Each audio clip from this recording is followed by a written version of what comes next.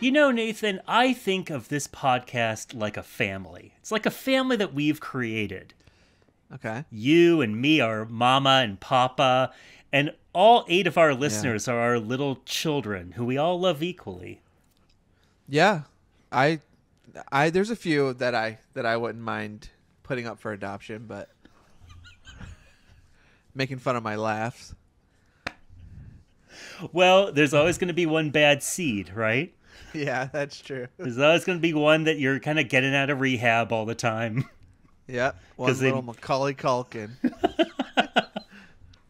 And you know, that's all about what our show today is focusing on, is the family that you make, even if you go to highly illegal lengths to do it. Because today, we're talking about the movie A Little Piece of Heaven that debuted Monday, December 2nd, 1991 on NBC.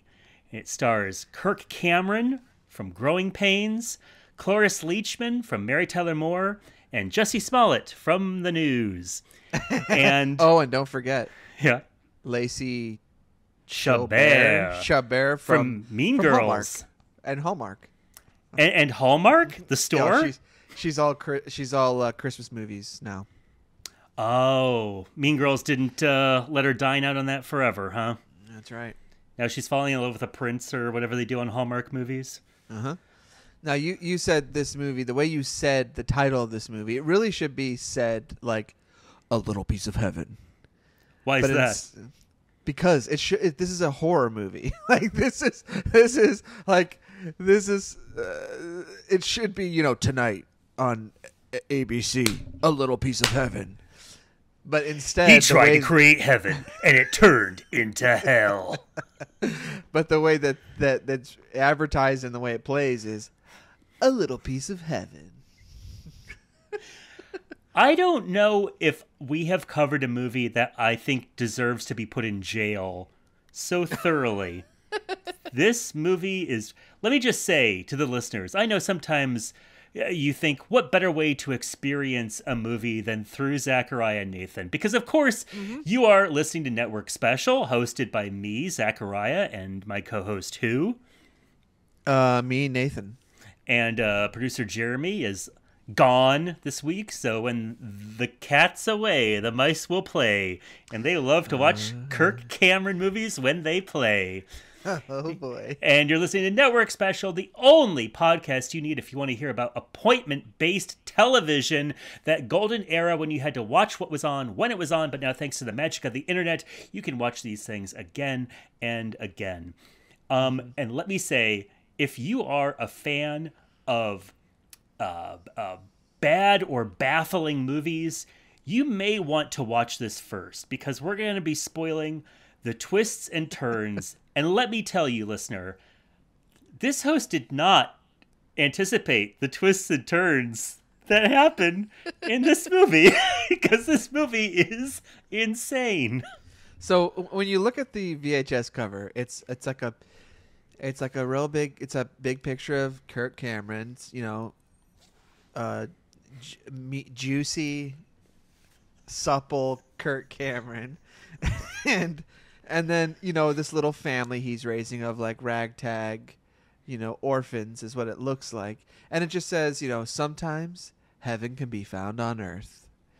And when we get to what actually happens, you'll have wished that you had watched this. Now, do we even need to tell people that this is brought to you by the last word in entertainment, BWE Entertainment? Because everyone knows BWE. Everyone knows BWE. That is the entertainment company that when their logo comes up, there's a little rotating computer sign that says no sex, drugs, or violence in the corner. This is available to watch on YouTube if you want to watch it. And it comes from the VHS rip, which I was delighted by, because you get to see all the other offerings that BWE Entertainment brings to you. And the very beginning, they actually tell you all about the movie, and they spoil the whole movie in the very beginning. There is a trailer that, it's It's somebody pitching the movie that you've already owned, that you already own. that you're about to watch. They explain the whole thing to you. This is obviously a promotion. I mean, there is like, I forgot that during it, there is a thing that says for promotional view only, you know? Yeah. So this is like a, you know, you'd send this to like a rental shop or something, but it is definitely interesting to advertise the movie that you're watching within the same tape. Well, of course, they had to say it because they trumpet at the very beginning that this is the recipient of a Christopher Award, this movie. And what is that, Christopher Rufo or something? No, it's... I'm glad you know that name. I had to look it up because I was not familiar with the Christopher Award, because when they show you the Christopher Award, it looks like something that somebody's middle schooler put together very quickly in an art class, but it is from the 1940s, I want to say. It's a faith-based award for clean entertainment or great, exceptional faith leadership. Of course, Rudy Giuliani won it in 2002, so the legacy continues. Now, what's interesting is that this movie, it has no morals that are worth, you know, getting an award over. Yeah, there's no way that this that God is shining down on the people in this universe. No one gets what they deserve in this. There's no justice. There's just, it's a constant. This I don't know why it won a Christian award. Well, it's like how my relatives are with Donald Trump. They like it because there's a lot of prayer mentioned. Yeah, I know. It's like, if you ever want to know what it's like, if you ever want to know why there's a Christian music or movie industry, it's because it all that it needs is a whiff of Christianity in it for it to be a blockbuster hit. I realized watching this movie that the idea of prayer is such a gift to a screenwriter, because the person can just talk out loud about what the plot is or what their motivation is, and you can just say they're praying. God, I really want this to go well, because if I want that $5,000, I have to sneak into this room and blah, blah, blah, blah, blah, blah. Like, oh, you can really tell don't show when you're just praying out loud. Oh, this was nominated for an Emmy. Was it like best lighting or something like that? Outstanding individual achievement in music composition for a miniseries or a special. Wow. Definitely not televised. No way this is televised. This music was usually the music sticks in my brain somewhat. No, this is a nothing. Waste. Yeah. This is useless music. I'm actually surprised this was not library music, because it just sounds like they're alternating from whimsical to inspirational. Yeah, like, this is library music. And also a Young Artist Award, Lacey Chabert. Sorry, I don't know how she says her name. I think that's right. She was nominated for a Young Artist Award. Hmm. Best Young Actress under 10 in a television movie. God, what is it like at the Children Awards? Not the Nickelodeon Awards, but like the Child Actor Awards. Yeah, oh. imagine that you are it's an award show filled with tons of kids, but no slime and no pop stars. Like, just the most boring, no Kevin James running around. Boy, oh boy. So, shall we get into it? Do you want to talk? Have we talked Cameron yet? I can't believe we have not had a Kirk Cameron appearance on this show yet. There has to be like a Growing Pains reunion or something, right? Oh, I guess there was the reunion. There were 2 Growing Pain reunion movies.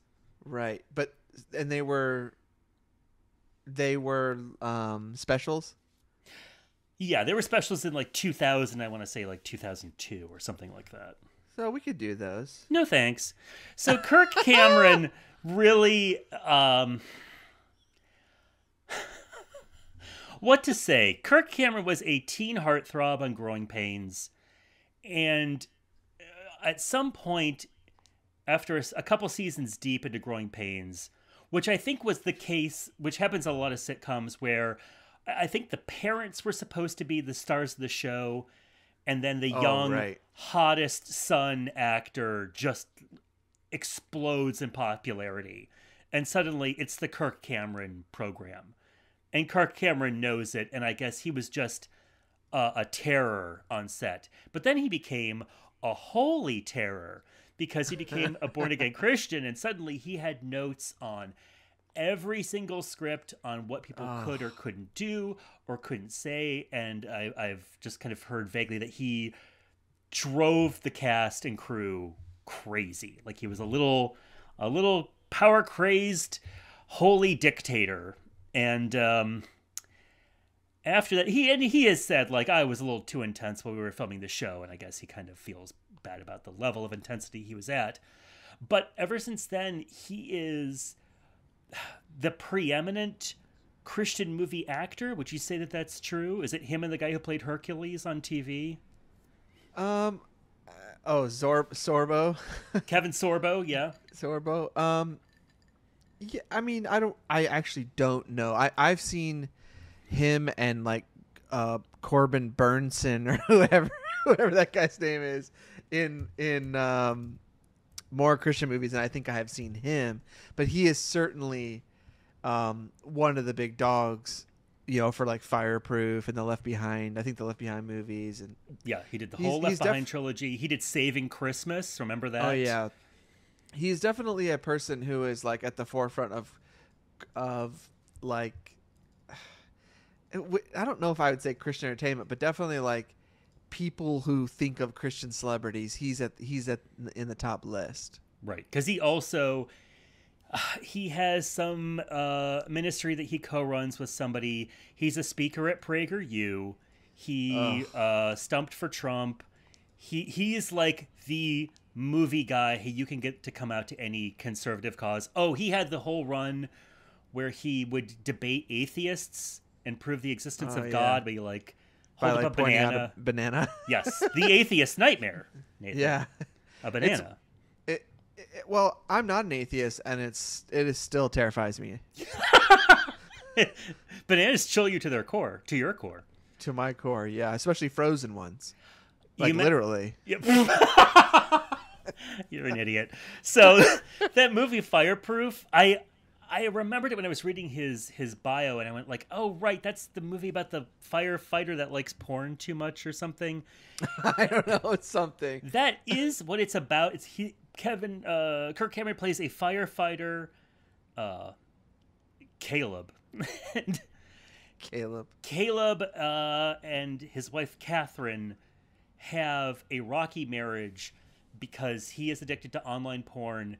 What I didn't realize was that this movie is basically a hour-and-a-half long infomercial for a book called Love Dare, which is a 40-day marriage challenge where you write down like 40 great things about your spouse in a day, which you would think you could do with a blank book, but this is for Love Dare. So it's just like made to sell these Love Dare books. This movie cost $500,000 to make. How much do you think it pulled in? I mean, we all want to laugh and act like it didn't do, but I know this was a huge. I'm pretty sure this was huge, wasn't it? $33.5 million. Yeah, this was a huge movie, and a lot. Let's see, 40% of the opening weekend was pre-sales. Churches who bought tickets to this movie and sold out theaters sight unseen and would just go see this movie as a church. That is evil.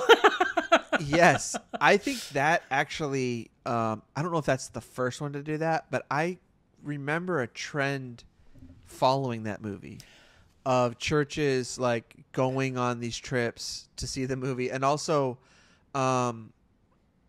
like getting to play these movies at your church? Well, Passion of the Christ, I think, was the big granddaddy. But were there pre-sales?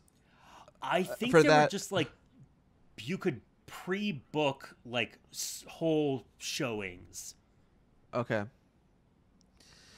By the way, I'm looking, and he has been in plenty of TV movies. I know he has. That was yes. because he did 2 big release movies. He did like Father Like Son with Dudley Moore, which did well, and then he did another movie that like tanked, and then that was pretty much it. I think people realized, oh, this guy has like one gear in acting, which is egotistical, smug kid. But I mean, he did a bunch of TV movies before he was on Growing Pains. Oh, okay. So we have lots of stuff. He had one called Starflight, the plane that couldn't land, or also known as Airport 85. Not as good a title. Yeah. ABC Sunday Night starring Lee Majors. So definitely gonna hop onto this Star train, power. this Cameron train. He's in Beyond Witch Mountain too. I saw that. Is that the third Witch Mountain movie? There's actually a lot of Witch Mountains, aren't there? There's like a recent one with The Rock. Yes, that was an early Rock movie when he was trying to like figure out what he was doing. Yeah, this is the third one, and then there's 5 total. God. Yeah. I'm amazed that's not a Disney Plus series. Well, the 4th one looks like may have been a remake because it's the same name as the first one. That was the one with The Rock, right? Escape to Witch Mountain in 1995 is not the one with The Rock. Oh. That was actually on TV, so we can watch that one, thankfully. No, my blessings keep increasing. 2009 Race to Witch Mountain is the one. Mm-hmm. But it's also I'm looking now, it's related to something called the Blair Witch Mountain Project, which is a comedy short. What?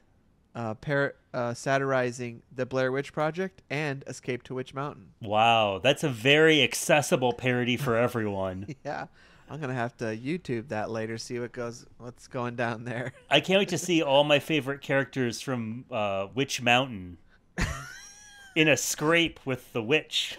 Played by all of like the other Wayans brothers. Yeah. See them all sweating and swearing inside a tent with a single light. Well, our laughter will have to go on hold because we need to talk about A Little Piece of Heaven. Were there any of the movies, real quick, that you saw in the beginning of the the things that were being advertised? Or any there that you wanted to? Are you talking about the lineup of movies called Clever Kids, spelled with 2 Ks? Yes. That BWE Entertainment offers? And yes, and speaking of... Yes, and? Yes, did I just suggest a scene? Uh-huh. And an occupation? The Hoboken Chicken Emergency, which we mentioned in our last episode, is one of the Clever Kids. Don't you think I didn't notice? I'm excited. That's got to be we got to go on to a Clever Kids. We got to have a Clever Kids, like... Run. Run, yeah. The Clever Kids series, it really screamed homeschool entertainment to me. And I was homeschooled, so I should know. But it's just movies that, as they promise at the beginning, have no sex, drugs, or violence, so everyone can buy them with no fear in their heart. Mm-hmm. They are live-action movies from all different parts of the world. There's one from Scotland, one from England, one from Canada, and they all look like they cost about $500 to make. Mm-hmm. And they all have a really, like a tagline that could be from a movie made in the 1930s or the 1980s. Just kind of nothing too new. Nothing that's going to upset anybody. Like, there's villains throwing garbage in the lake. And the adventure boys are going to get to the bottom of it with messy results. Like, that's every tagline for these movies. These are so we do a lot of TV movies made in America, and their quality ranges, right? But there is a level of, I think there is a level of standard that you see in all of these. But when you watch a Sunday night movie, say from like England or something, it's a very different standard. Let me put it this way. These movies all look like the town decided they wanted to make a movie. So they all put their money together and they hired a camera person and they got a couple people from the local playhouse and they made a little movie. Yeah, that's great. It's all in the town square. Everything takes place in the town square. Yeah. Look, there's Jim's store. There's Jim's store in the background. Uh-oh, time for my Oscar. I'm just kidding. Oh, Jim. Scene. That's also kind of how I felt about this movie, where there were moments watching it where I was going, is this supposed to take place in the 50s? Yeah, because people's actions and motivations and technology seemed about 30 years behind the 80s, which I guess is when this is supposed to be happening, or 91, sorry. Close enough. Yeah, I think, well, it's a little vague, but I think it's really just more country style living, which is a slower pace. You know that. True. It's a slower kind of America. Sure. And you know, they don't need all this kind of new technology to, you know, feed their pigs and stuff. Yeah, a lazy lips. Yeah. Lazy lips. Yeah. However, this movie is not lazy when it comes to giving you all the characters and all their motivations right up front in the first minute, because we start off in a graveyard. Yeah. We learn that in this family, mom is dead. It is her gravestone. Yes. Kirk Cameron is a being of pure light, and he is perfect, and nothing he ever does is wrong, and he is selfless, and he does nothing that isn't for the family, and he just plain loves the pig farm that he grew up on. He doesn't want to go to college. He just wants to stay on that pig farm. Mm-hmm. Yeah. His dad is Jesus, part 2. His dad is another being of holiness and light. Mm-hmm. And his sister Violet is mentally disabled. Yes. And it's another case of vague mentally disabled where I'm guessing in the parlance of the day they would have said that she was retarded, but that's what they mentioned. They even say in the movie what we would have said back in the day was that. They do, but they don't reference her as that. Well, so I know what you mean, but it's not quite the way that she's playing it. She's just doing every actor tick of playing a slow person that you would have played in that era. Thank God Tropic Thunder got made. Thank God Simple Jack knocked this out of everybody, because this actor, who was she? Jennifer Roberts or something? Jenny Robertson, now still working, and the wife of Tom Lennon from Reno 911. Yes, that's right. She just portrays this character as rocking back and forth, and sometimes she acts like she's 8, and sometimes she acts like she's a teenager. And every single line she says, like, if you've ever heard a person who has a very pronounced stutter, where it's kind of like their words are fighting, they go like, why does that have to happen?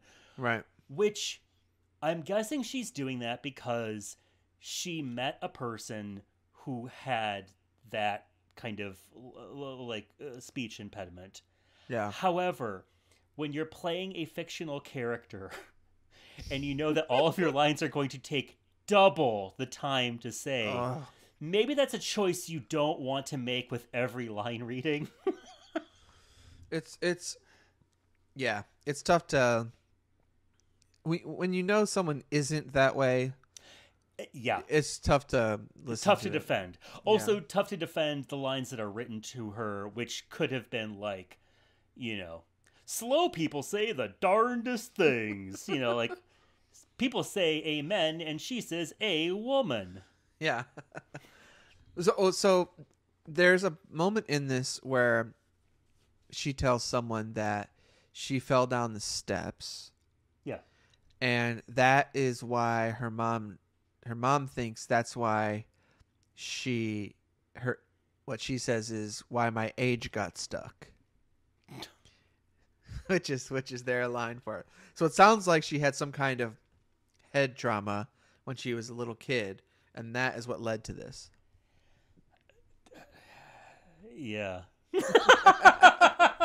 So that's the origin story. Again, it is that screenwriting trick where you get away with anything by keeping it vague. Mm-hmm.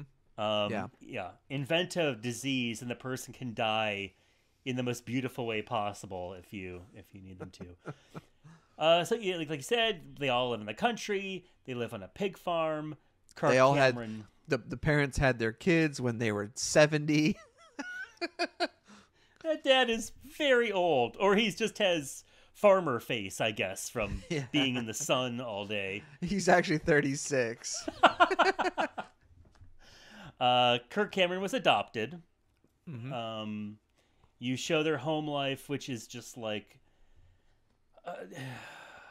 what conservatives want every home to look like, which is the dad reading the history of the Punic Wars out loud to his daughter while she's on an exercise bicycle. This daughter also is like has Wes Anderson disease, where she has all these adorable quirks. Like she sticks her saddle shoes on the handlebars of her exercise bicycle and pedals. And Kirk Cameron is gotta be up in the morning for his chores.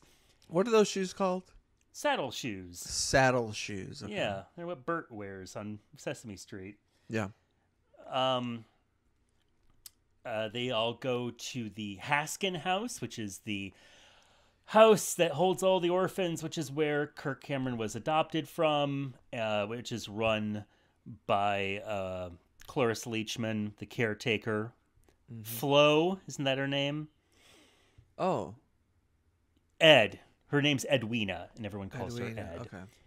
I thought you were saying she was in a show where she played the character named She Flo. was not in Flo, no. I was like, wait a second, what? I was like, just like, my mind was racing. And Cloris Leachman, all of her orphans are perfectly behaved. They all, again, this is a very time-flexible movie where the little girls are in like long nightgowns and everyone kind of looks like Holly Hobby a little bit. Not the orphanage is just like someone's grandma's house. Yes. And there's no state building that holds all these kids. They're just like, oh, just send it to Ed's house. Well, it turns out there is a state place, and right. According to Cloris Leachman, the place is, pardon her French, a hellhole, because they're going to get a new kid sent their way, and this kid is going to have to go straight from Ed's little beatific Walton's-style establishment to a Raskin facility. Did I have that right? I listened to it 3 times, and she kept saying Raskin. I think she said Raskin facility, and they never clarified what it was. It's just you don't want to go there. I don't know if it's like a horrible orphanage or a jail or what it is. It must just be the state, it's not a private one like this one is. It's state owned. It's, government bad kind of stuff. Like you don't want to go to this place because they won't care about you like we do here in this down home country. Right. Yeah, it's maybe for troubled youths because this kid has been in and out of detention centers and bouncing around, and he's a little rebel. So they're concerned about that because that doesn't sound good, and they go home, and the next thing you know, wouldn't you know it, the dad dies, and we cut to the funeral where the priest is by the graveside giving the most uncomforting speech I can possibly think of.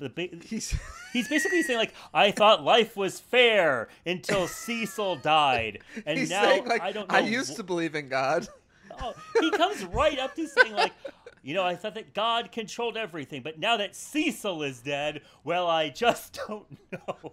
And then he takes his frock off and looks at it like, and he just shakes his head. And then I guess even though Kirk Cameron is, if he's not 18, he's under 18 from all the dialogue. And his sister is 20, but she seems kind of stuck in being 6. Yeah. I guess they just live on this pig farm now, and they do everything themselves, even though it's very clear that Violet, the sister, can't really help with chores because it's just not in her toolbox that she can have the maturity to do that. So I guess the state doesn't intervene when you're around 18 and you graduated high school. You just live in this massive farmhouse and barn and fields by yourself. I don't understand farming. I don't understand farming at all. Like, I can explain it to you. How anyone makes any money, how anything happens. Like I thought like, I kind of thought at one point I was like, oh, okay, well, it's just an economy I don't understand. Like, you just cook all your own food, you pay your rent, you sell your groceries, and then then you start over. But it's like, even when I found out how it really works, which is you're just living. The government gives you subsidies. Yeah, like you have to go to the bank and get loans so that you can actually afford to start your growing every year, and then with the hope that you will make enough money to pay back the loan. So basically, like, that's the goal every year, is just to pay back what you owe. Yeah, it's indentured servitude. Yeah. I mean, way back when, everyone was a farmer, unless you were the president or a high-level banker or something like that. Yeah. I think about that often because I think about how terrible I would be at it. Oh my gosh! Like, I would be the farmer everyone would whisper about as being that sloth, the Durr farm. Yeah. Can't do anything right. He's got a little patch of radishes that he keeps going, and that's it. Every time we go through the living with the land ride at glad we brought it to Epcot. Yeah. Yep, at Epcot. I'm always like, you get to the little idyllic farm scene. I'm always like, oh, that looks so awesome. That would be so awesome to live on this farmhouse, and you just get up at 3 a.m. to shovel horse shit and then go to bed. Yeah. Sounds great. I mean, maybe you wake up at 3 a.m. and you smoke a corncob pipe to have some time to yourself. Yeah, right. So it's time to go thresh the chickens at 4 a.m. Well, Wilson, who I will call Kirk Cameron because I can't be bothered to remember his name as Wilson. Willie, isn't it Willie? Wait. People call him Wilson. Wait, so Wilson? I always think of him like a little beach ball from Castaway. I thought it was like Willie Lomax or something. Or is that Bernie's? Willie Loman is Death of a Salesman. Okay. Wait, what's Bernie's last name? Lomax? Is Bernie Lomax? Is that it in Weekend at Bernie's? I have to admit, I don't know Bernie's last name. I'm really sorry. I'm falling down on the job, just like Bernie. Well, I'll tell you what you always tell me. Well, you can look it up on. Well, I'm the one who doesn't care. There's like a special magical box. I think. I wish there was. Yeah, it's Bernie Lomax. Okay, well there you go. You followed your own advice. Yeah. All right. Well, things may be fine for Kirk Cameron, but Violet wants to go visit Mama and Papa in heaven. But they can't. We see Halloween go by. We see Thanksgiving go by. But at Christmas, Well, maybe they need a little Christmas miracle. Mm-hmm. Oh, I should mention that they go out medication shopping for Violet to get her sedatives, Yeah. and Kirk Cameron sees a little doe-eyed girl and her mother in the Played by? drugstore. Well, it's Lacey Chabert Yes. at age 5 or whatever, and she wants a princess calendar. The mom yells at her that she's not getting it, and then she rips the calendar in half, which then you have to pay for the calendar. You're in the store. You should have got it for her. Yeah, So much you're really proving your point and wasting money at the same time. Yeah. And then belts her across the face, and Kirk Cameron doesn't like that at all. He can't believe what he's seeing. I guess he's never been to a Walmart. Who's never been to my house? I'm just kidding. There's just half calendars torn all over your living room. Yeah, no, we never can get an appointment right.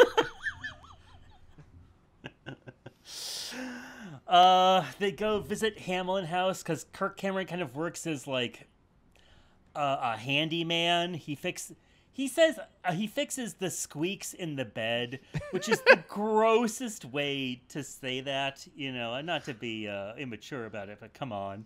I don't care for that.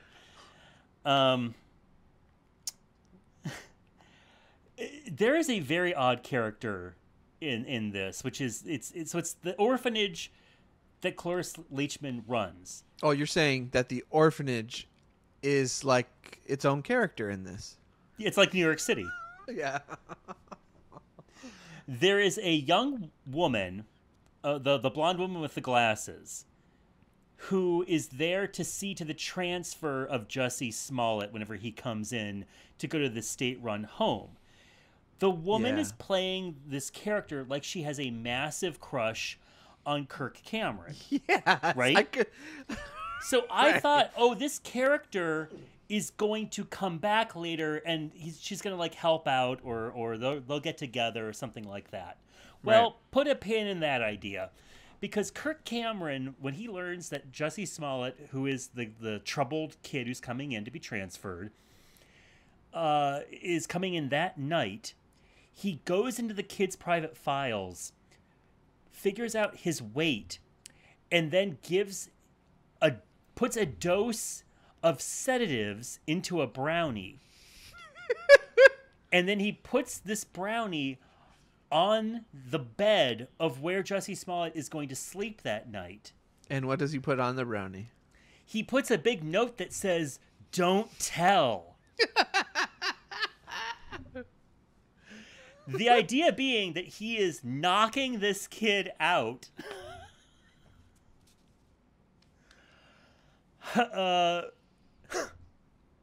He's doing all this to help this kid escape, I guess, the state orphanage, but also because Violet wants a sibling. So he's going to get her a brother. He watches this news report the night before. Ugh. Where there's a guy saying that kids are being raped and murdered by the million every 2 hours.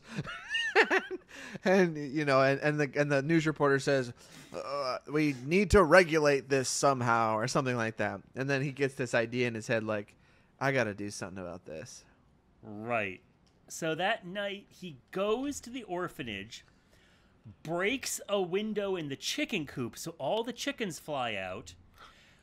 All of the children, all of the orphans run out of the building to go catch chickens.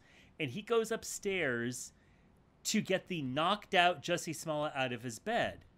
And when he draws the covers back, we have a great line from Kirk Cameron that I cannot believe is not an animated GIF somewhere, where he draws the covers back and he goes, "You're black." Does he say that you're black or he? Yeah. He says, "You're black."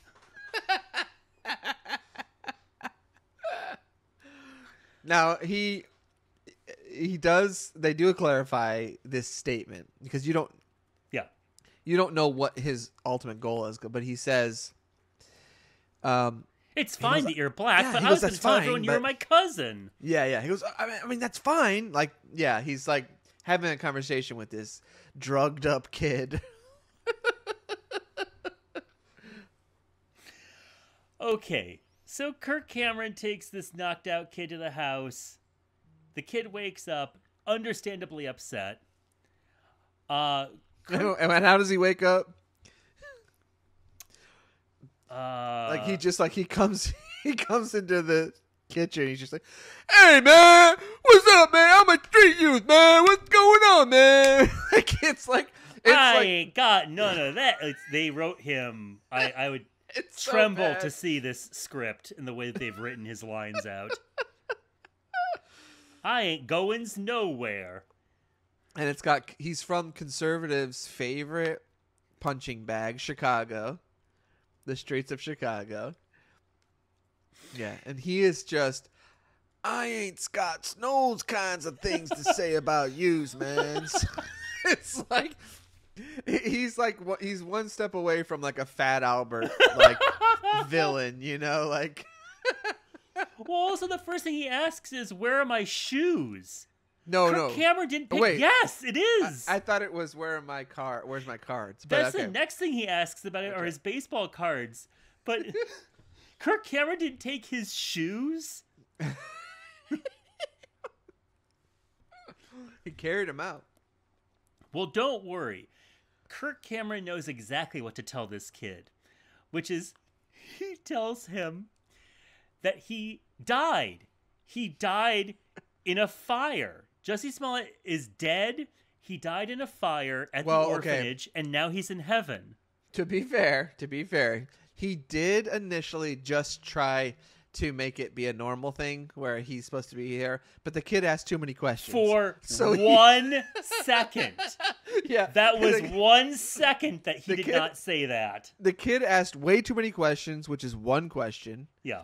And he immediately changed the story. Yeah, he has, "Where am I and who are you?" And Kirk was like, "Oh, Mr. Questions over here." You died, kid. You're dead. Which this kid really takes it in stride. Yeah. Well, you'd he's think he'd be more upset. You're right. He's not like. I think it's because he's skeptical. That he's not like, "Oh no, I died." Sure, he's not skeptical enough. Not enough, but he does throughout this whole thing. He does kind of say, "Wait a second, what about this? And what about that?" Like he is like, "Oh, it's really funny how." Hey Kirk man, Cameron, hey man. It's really funny how Kirk Cameron has to come up with new lies to this child to keep him trapped on this farmland.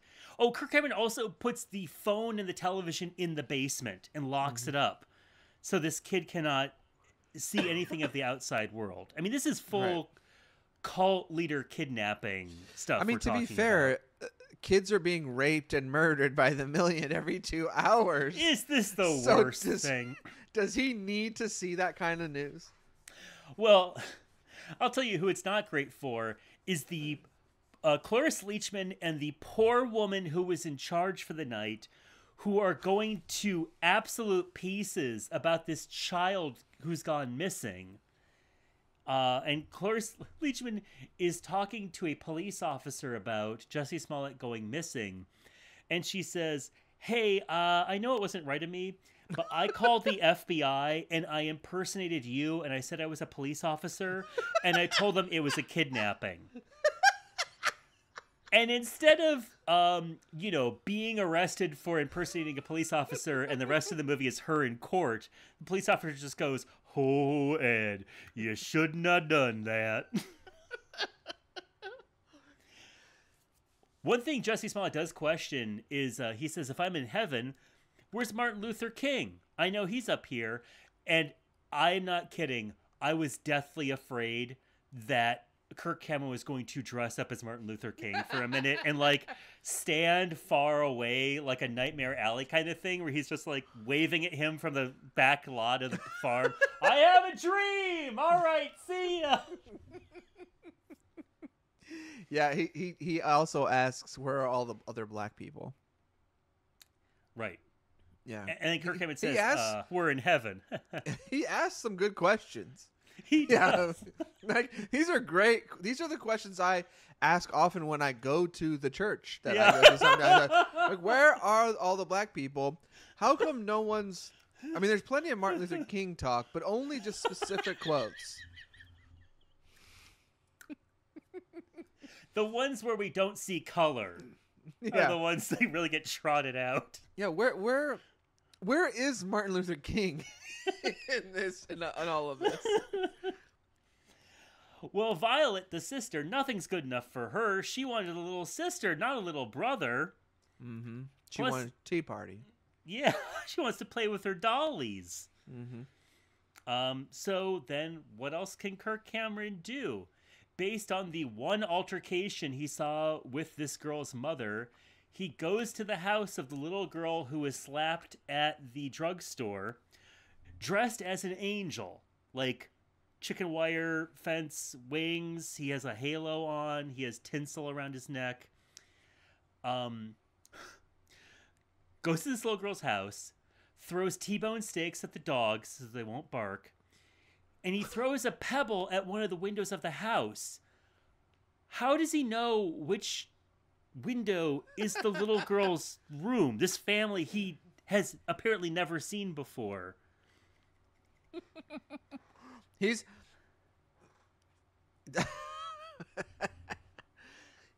and also earlier he had it's funny because, and maybe this is a nod to what they said, but Jussie Smollett's character says, you know, how come there's no hey, where's my halo, where's my wings? And he says, oh, that's all just fairy tale stuff. And then he dresses up this way, and I wonder if that's like a where he gets the idea is to dress up like this thing they were just talking about. Cut to him being dressed as a Christmas pageant angel. Yeah.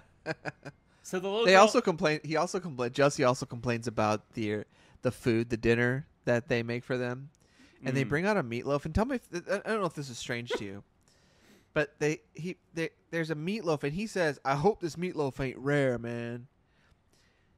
And have you ever had a rare meatloaf? I've never had a rare meatloaf unless it's supposed to be him digging at the sister. Like, I hope she's smart enough to bake this all the way through. Well, no, because Yeah. Kirk Cameron says, no, we always cook our meatloafs medium. Yeah. like there's no, this is just a normal conversation. It's not like he's like, no, it's cooked okay, don't worry. I think that's what passes Maybe. for Yeah. wit in this movie. Yeah, you're right. That's a joke. That's like a witty banter. So the little girl opens the window. I know she's supposed to look like tired or abused, but she looks like Wednesday Addams because they have all of this dark makeup around her eyes. Yeah. And this little girl has the biggest eyes in history. Her face is like 60% eyeball. She climbs out of the window. Kirk Cameron then says, "Hi, I'm an angel because you died. Your appendix burst and it killed you. I'm here to take you to heaven." And then she leaves with him. And when they drive to the house, he's put Christmas lights on the house and he has a big sign and lights that says heaven. And this girl guy is fine with it, never asks any questions. This is 100% a, like, I mean, this is what QAnon is so worried about. No. This is everything. But once again, it's always the people who they are on their side are the ones who are getting in trouble for this stuff.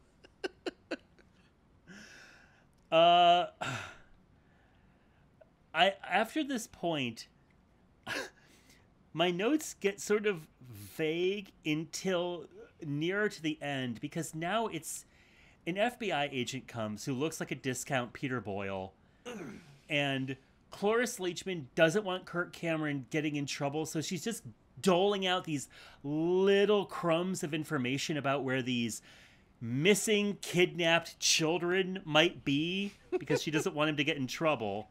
And Kirk Cameron pulling the facade that these kids are in heaven, and there's a girl who comes over who's the next door neighbor who is crushing. Who is this girl? Oh, it's Kirk Cameron's real life wife, Chelsea Noble. That's right. I wonder, now this might not be true, but it feels like it might be true.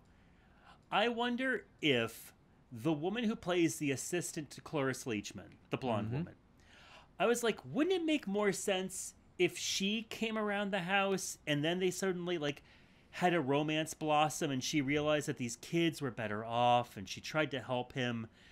I'm wondering if Kirk Cameron and his brand new wife, if Kirk said like, I will do this movie, but my wife needs to be in it. Because this neighbor girl just appears like she has been summoned from nothing. So he always has a rule in a movie that if he kisses someone, it has to be his wife. So, like, what happens is right. that like if it would have been just the blonde woman, then they would have put a blonde wig on his wife, and he would have kissed her, so that he doesn't have to kiss someone right. who's not his wife. Which is fine. I don't care about that. But he, it does seem though, like if you look at it one way, it does seem like you're like, okay, they wrote this movie where Kirk falls in love with the social worker or whatever. Yeah. But then he signs on to the movie and they're like, oh, okay, we can't have a smoking hot social worker. So let's just have his wife and that'll be his love interest and it'll be a neighbor or something. But there is a point to it because. But also that social worker is smoking hot. They just put glasses on her, so she's supposed to be mousy. Well, it's because they haven't, no one's made a bet to see if they can make her hot yet. So, she's still in pre-bet form. Right.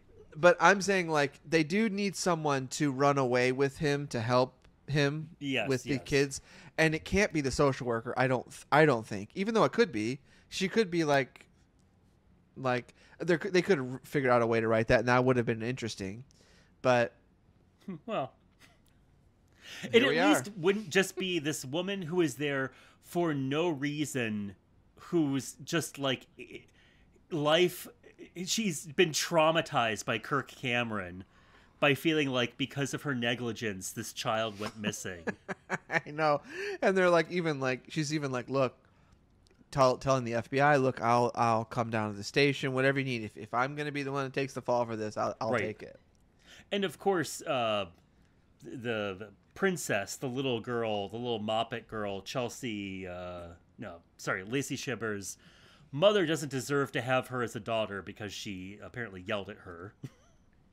Or she's a bad person. They show one other scene. They show one other scene where the FBI agent questions her, and she's being like, really like, who cares kind of a thing. Well, and she's smoking. Yeah, she is smoking. That's bad. Some parents smoking a cigarette, they don't deserve a kid. Mm-hmm. Look, things happen. They waste some time. And finally, they figure out that Kirk Cameron has abducted these children and is holding them psychological prisoner and is gaslighting them. So they all jump in the family camper and drive off. The FBI comes and pulls apart the home, finds Cameron's prints match on everything. For some reason, Cloris Leachman is also always with them, even though she has impeded this investigation at every turn. She needs to be there to go like, this isn't like Wilson to do this. Did you happen to notice one of the background FBI guys? I swore it was John Stamos. Did you see him? He has one line and he really overacts it. Like he really background actors it up. And I was like, that has to be John Stamos. And is he just uncredited? So this guy, he has... What's this guy's name? I just had him up. So you did find him. It just wasn't... Look up Roger Lodge. Roger Lodge, who plays FBI agent... You mean Raj Lodge? Raj Lodge, who does host a sports show called Roger's Lodge. He has played John Stamos' brother in tons of sitcoms. Okay. I see him. He's in Full House. He's in a bunch of other stuff. But he's basically dined out for years in his acting career by looking a lot like John Stamos. Well, good for him. Good for him, man. Hey. Good for him. If I could look like the smartest, most talented man in Hollywood, I'd be taking advantage of it too. So eventually they run out of gas in the camper and they all go into one motel room, and in the glove compartment of the camper is a letter that Kirk Cameron's birth mother wrote him. Yes. And he has his brand new girlfriend of 2 days read the letter out loud to him. And it comes out that his birth mother was 13 years old and blind. And so she gave him up for adoption. So obviously she was, say it with me now, raped just like the rest of the children every 2 hours. She talks about how there was some boy in town who wanted to marry her, but they wouldn't let him because she was 13 and blind. And I'd like to know what their definition of boy is. There's a great quote in the letter that says, I'm 13 and I'm blind. I'm glad I'm blind because I can't see you. And the girls who have had babies say that once they saw their baby, they hated giving them up for adoption. Total blind person talk. That is definitely how they talk about being blind. They talk about it like a horrific disease that they wish they could wipe off their face.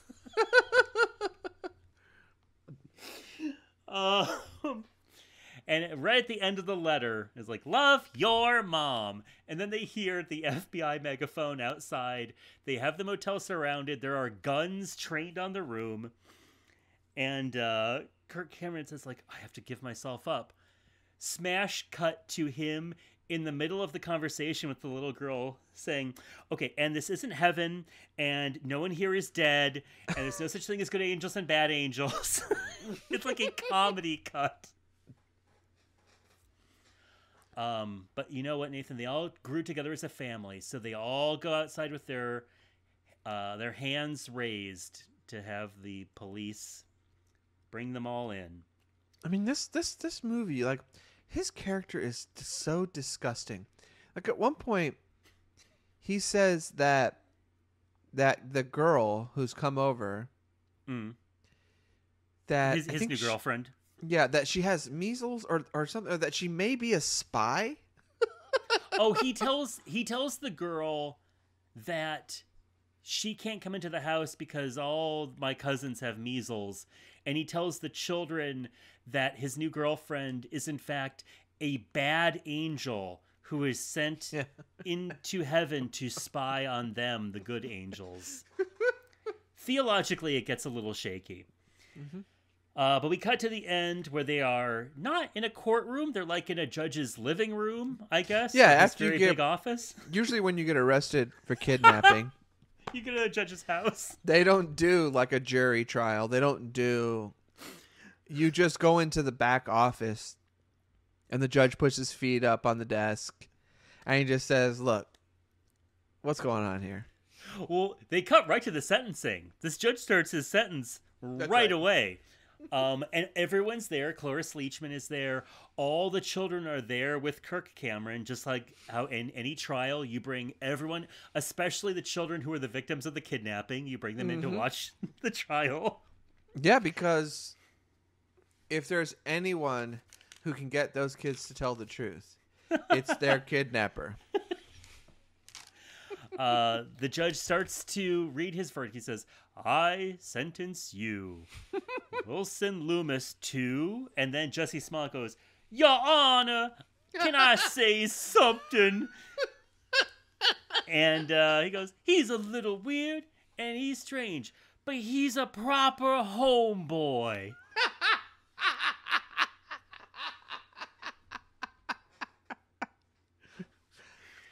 Hey... Hey, yo, my main man, Judgy boy. Let me speak on this right quick. Let me rap to you. Yeah, I know. And now, okay, I just want to clarify real quick. We are not doing the stereotypical voices of black people. We are making fun. This is a disclaimer. We are Making fun of the white people who wrote this script because they have no idea how a black child from Chicago would actually talk. And we are quoting most of the time. Yes. We are quoting exactly what is in this script that they had this child say. Yes. He defends Wilson. The little girl defends Wilson. And by the way, these are not like teenagers defending him. These are 6-year-old children saying like, he made us a family. And then the sister goes, Mama and Papa are dead, but he makes a good papa. And the judge goes like, all right, well, I hereby sentence you to running the Cecil Loomis Home for Children out of your home. These are your children now. You have your own little orphanage at this pig farm. This is exactly what church justice is for church leaders who abuse their power. It's like, okay, you're well, you can't be a pastor here, so we'll just give you another church somewhere else to pastor, and then you can come back in a year. So yeah, apparently these kids are gonna now live with Kirk Cameron. The Cloris Leachman is gonna look in on him once a month, and we're left with seeing Christmas Day, where all the kids are in the hay bales in the barn looking at the Christmas pigs. Yes, and they're being tended to by a convicted kidnapper and children. Yeah. Now, keep in mind, like, he has been sentenced, which means he has been accused and charged and also, like, convicted of being a kidnapper, which is what? Like a felony? Like, is that like a... Definitely. Right? I mean, I don't know what the... Is there one higher than felony? I would think misdemeanor is under felony. So, he's now a convicted felon. Now, in any state system, I assume that social workers are not allowed to be convicted felons as one of their qualifications. So, I'm wondering if it's a federal crime. And yet, it is a first-degree felony. So this man is a first-degree felon. Oh, do you want to know what the prison sentence is?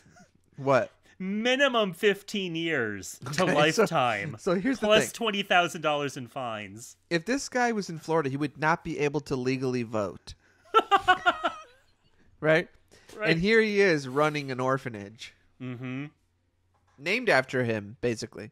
Named after his dad. His dad, I know, but... Yeah. Yeah. And what would Cecil say now?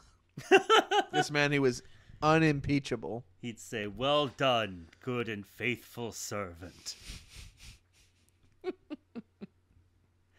I'm sure the children will process this trauma just fine. I like how you didn't see the mom of the little girl in this court hearing. No. Even if you don't like your kid, I feel like you'd be mad somebody took them. Yeah, because you could give them up for adoption. Right. There's no law that says you have to keep them. Now, I mean, I've looked into this.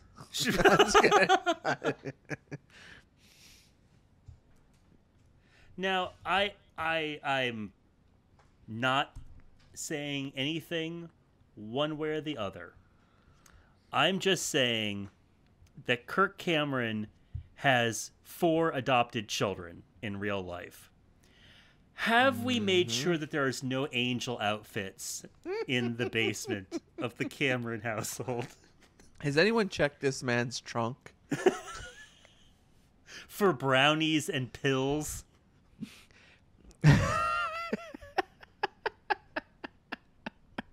Has anyone... Hold on a second. Do you think... has anyone checked his bananas for pills?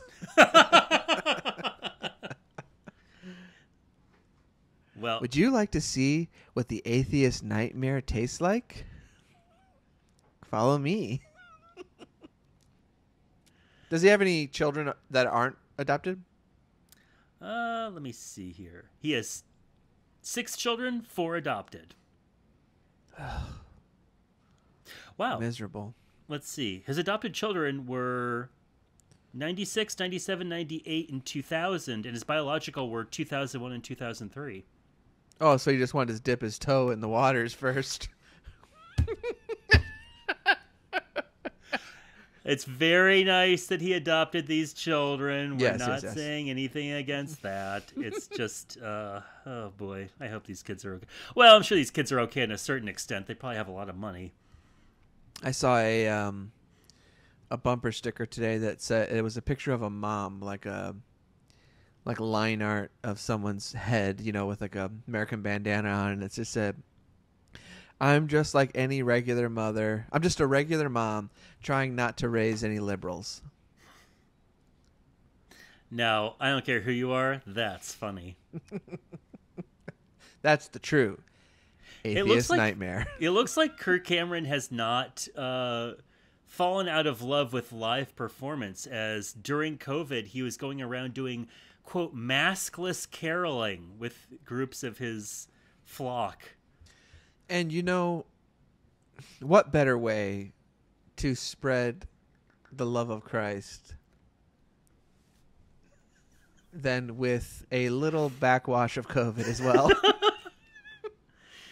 That, of course, was with his flock from his ministry, The Way of the Master. Oh, that's right. Not at all creepy thing to call your group. Yep. Yeah. Wham. Yeah, that definitely doesn't sound cultish. Yeah. I'm looking over the other stuff he's doing right now. He also distributes copies of Charles Darwin's Origin of the Species at college campuses with sections removed and his own footnotes put in. Oh boy, this guy is a little walking ego. Does it say annotated by Kirk Cameron on there, or does it just say this, or does it say at the bottom, "This really is his book, we promise"? He seems to be into tricking people, because he also is one of the people who distributed those Christian tracts that look like money. He is? Yes. He did that? Yeah, and apparently the feds seized a ton of them because they were tired of people going in attempting to cash them in at banks. All those waitresses. Oh boy, $100. Ah! Because on the inside it says, "Disappointed? Don't be. The good news is not far away." Oh, and you can take that to the bank. To the bank. Well, I don't know. How'd you feel about this one? I watched it. I didn't like it. I watched it a little bit again. I didn't get all the way through it, and it wasn't as bad the second time. For some reason, it was fine. But this movie is insane and wild, and obviously the story's crazy. I'm giving this 5.5 kidnappings out of 10. Well, I'm giving this 7 bananas because Good.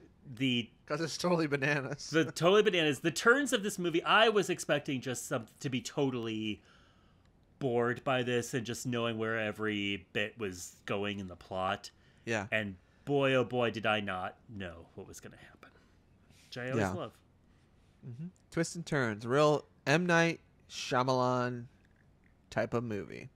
I almost forgot to mention, because I am playing this without the sound and kind of watching it now, I did forget about one of my favorite lines, which is where Jesse Smollett is complaining about how he doesn't think there's a God because his prayers were never answered. And Kirk Cameron says, of course they were answered. God said no.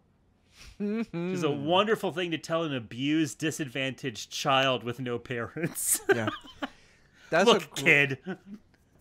That's one of those great, like, youth pastory kind of things that everyone just goes like, oh, yeah.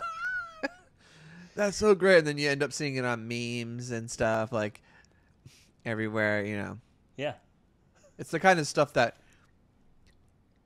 all of Job's friends told him when he like lost his freaking, you know, he got like boy, you know, he was like dying, and he lost like all this everything, his family, and then there's this guy show up and there's like, you know, youth pastor quips. And of course, if you want to read more of that story, you can go to your local library and look at the Bible. Mm-hmm. At the Holy least Bible. Before the liberals take it out. Ugh. Those loony liberals in Washington would love to see this gone. Wait, Washington? Yeah. It's not like Loon. I guess that's better than Loonington. Yeah, that's too confusing. Yeah.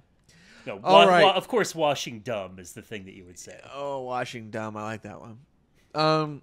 So thank you for tuning in to this week's episode. So sincere. We really appreciate it, and we would really appreciate it if you went to our social medias and websites, networkspecialpodcast.com, where you can subscribe on all your favorite things. And we got Facebook, TikTok, Twitter, and Instagram. And sorry lately if anyone's been following and I haven't been posting. But I will be posting soon. And again. And that's the network special promise. No. I always have to say this. There is no promise. We've never promised anything. And that's the promise, and it's set in stone. No, and Nathan's word is as good as his bond. And it's not legally binding either. So stop saying that. Stop posting that. All right, and as always, if you love the kind of twists and turns that A Little Piece of Heaven brought you, try to make sense of the rundown of the Jussie Smollett court cases, because they are super confusing. All right, everyone, we'll talk to you next week with a different thing. Bye. Bye.